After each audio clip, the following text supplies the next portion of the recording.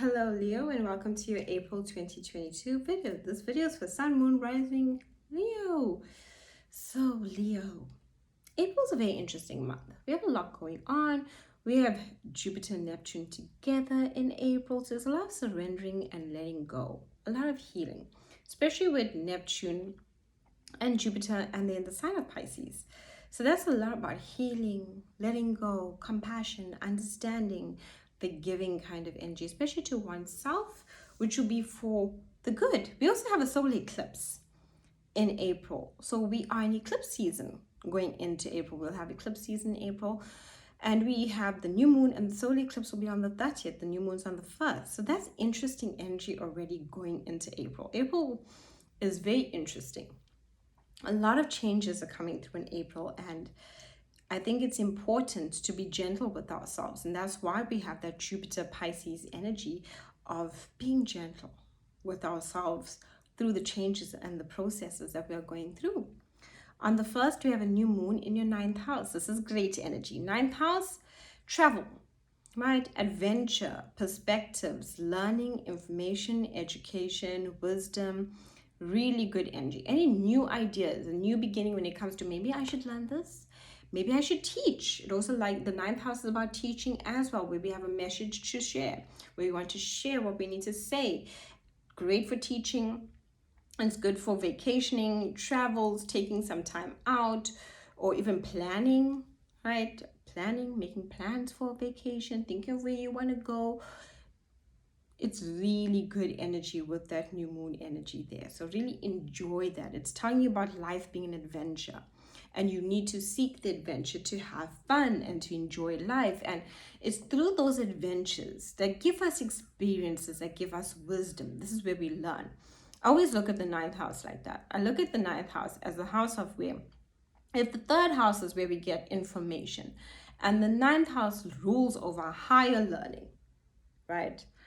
If we get the information in the 3rd house, and then 9th house is basically the higher learning of it. It's where we've learned now, we've gotten all the information, but high learning comes with also experience, right? So we take our education, obviously, and what we learn, the subject deeper, but they also sometimes will tell us, if you're like studying, now it's time for you to intern so that you get the practical, whilst you're also learning something. So that's the energy of the 9th house. It's about learning, but also learning through experience.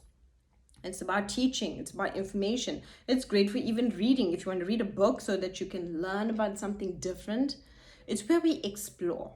We can either explore the world physically, we actually go out and adventure out and travel a bit and have an adventure, or we can do it mentally, where we open the book or go onto the internet and gain some insight and wisdom into a different culture, a different experience. Cultures too come up in the 9th house, where you might meet someone different from you, from a different culture, right? A different background, foreign. And this is where you might make the connection. That's that new moon. It's offering you the opportunity to try something foreign, to try something different from you, to learn about something different, to learn from someone, gain a different perspective and a bigger understanding, to see a bigger picture. On the 6th, we have Venus joining Neptune and Jupiter in your 8th house. So this is about your resources, your finances and money. This is a lot to do with where you might thinking about investing with someone when it comes to business, where maybe I should go and apply at this company, right? Venus is about what we love. Once you feel passionate about where you're investing yourself, your time, your energy, when it comes to your work, especially where do you want to invest? Who do you want to partner up with? When you are working somewhere too, that's a partnership. So it's asking you, do you have the love for the partnerships that you're working within? Do you have that energy? Because it's going to expand it. And if you don't, it's okay. Remember, we spoke about that Jupiter Neptune energy of surrendering and letting go, releasing what we don't have, so we can manifest and call into our lives what we want. Because that's what Venus is saying to you, we're joining these energies. So beautiful energy there. It's good for investments. It's good for return on investments as well when it comes to money. You might even be doing some research, looking at a partner, if you're in a marriage or so forth, looking at their finances. Also, Very good for becoming more intimate and vulnerable and sharing the parts of ourselves that we don't normally share.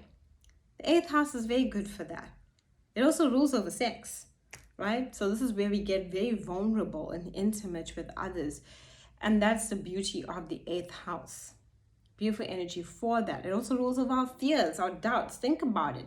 What fears and doubts we have are the blocks to us becoming intimate and vulnerable with another person.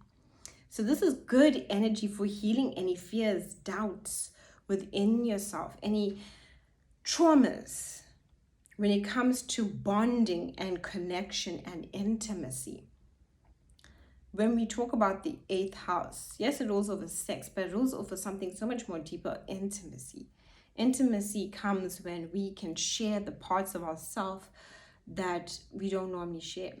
You know, it's where you tell your secrets. Because the eighth house rules secrets.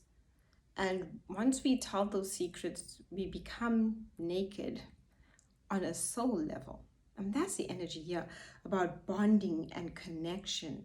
Really good for finance and money. I love the eighth house because it's so transformative. It rules over death, it rules over intimacy and sex, it rules over investments and money and where we're putting our time and energy. It's actually such a powerful house. That's why it's so powerful. It rules over so much of our energy and what we give out and what we want to receive and the returns we receive. So Venus there is giving you a very loving sense where you can even look at past experiences and love yourself through it and like love you no matter what kind of energy. And it's good because you have Saturn, Saturn in Aquarius, which has been opposite you now for a while, creating a lot of having to go through relationship understandings, especially in your one-on-one relationships and love relationships with other people. Especially with Saturn, teaches us the harsh lessons. On the 11th, we have Mercury in the 10th house. And the Saturn Aquarius has been from 2020, right? That's we had Saturn moved into Aquarius the first time, and it's still in Aquarius and will only move out of Aquarius in 2023. So you're going through this whole understanding of relationships and, it's deep, it's powerful because it's teaching you lessons within relationships, boundaries within relationships, what's okay, what's not okay, even creating endings when in relationships. But it's also when you are in a relationship, forming stronger bonds with lasting relationships because Saturn does that. On the 11th, we have Mercury in the 10th house, so you'll be thinking about your career, your work, your goal, your dreams, your ambitions. Great ideas will come through for you. And it'll be like just an idea out of nowhere because Uranus is with that energy. It'll just come out of nowhere like a lightning bolt and you'll have an idea and you'll know what to do. What do you think about your career? What do you think about your goals, your dreams? What do you think about the way you're moving forward, your sense of purpose? On the 15th, we have Mars in the 8th house. Mars, motivation, passion, and action in the 8th house asks you about how do you want to take action when it comes to investments. Who are you investing in? Time, energy, money? How are you partnering up? How is the partnering up with, whether it's partnering up in a business, right, with someone or partnering up with where you work? How's this bringing you your returns? Is it good for you? There's also great energy when it comes to facing fears, doubts about yourself. You're brave because Mars is there. And it's good, once again, for intimacy and bonding. On the 16th, we have full moon in your 3rd house. This is about completing anything you've been learning or studying, anything when it comes to learning, studying, completing it. Information. You might even want to find yourself,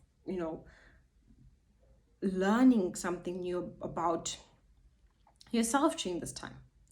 And when it comes to information, the communication with you during this time, there's a lot of communication going on. If you do hear any gossip or anyone, trying to create conflict in communication, this will be the full moon to be like, no, not for me.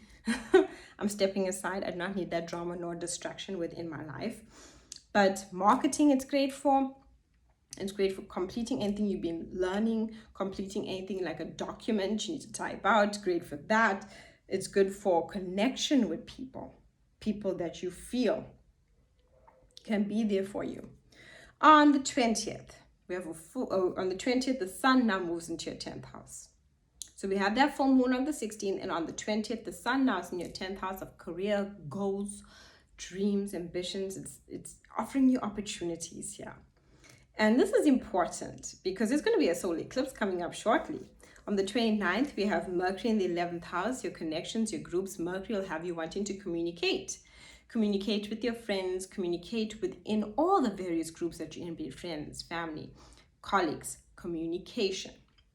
And you'll have ideas about your future and what you want to do, especially when it comes to the future. Futuristic ideas will be very much a strong point. Learning or teaching is very good here too with this 11th house energy.